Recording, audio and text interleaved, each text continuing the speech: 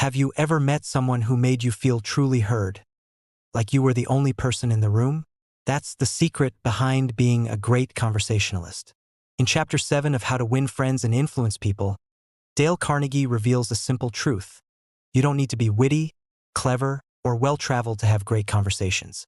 You just need to listen genuinely. Carnegie tells of a woman who talked for 45 minutes straight about her trip to Africa while he simply listened with interest. When it ended, she called him a fascinating conversationalist. The irony? He had barely said a word. Because people don't crave our stories, they crave our attention. Carnegie shares story after story proving one thing: listening is magnetic. He once met a botanist and listened with genuine curiosity about plants he didn't even understand. That night, the botanist called him the most interesting conversationalist he'd ever met. But Carnegie had only done one thing: he cared enough to listen. Former Harvard President Charles Eliot said, "Nothing else is so flattering as exclusive attention to the person who is speaking." And it's true. Being deeply heard makes people feel respected, valued, and safe. From business meetings to family talks, great communicators don't dominate conversations.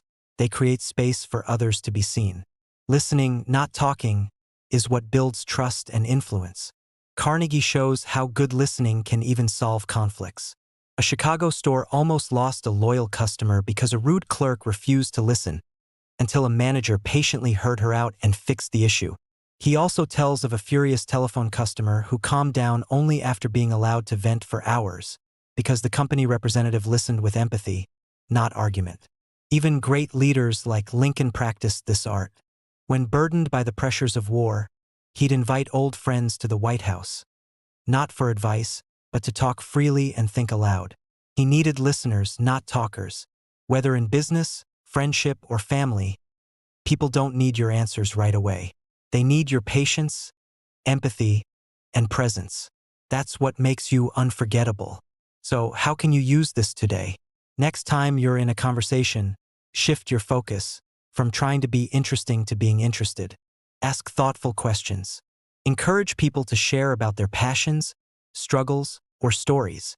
And when they do, truly listen. Resist the urge to interrupt or turn the topic back to yourself. As Carnegie says, be a good listener. Encourage others to talk about themselves. Because people are 100 times more interested in themselves than in us. When you make someone feel heard, they'll remember it, and they'll remember you. That's Chapter 7 of How to Win Friends and Influence People. In the next episode, we'll explore Chapter 8, How to Interest People.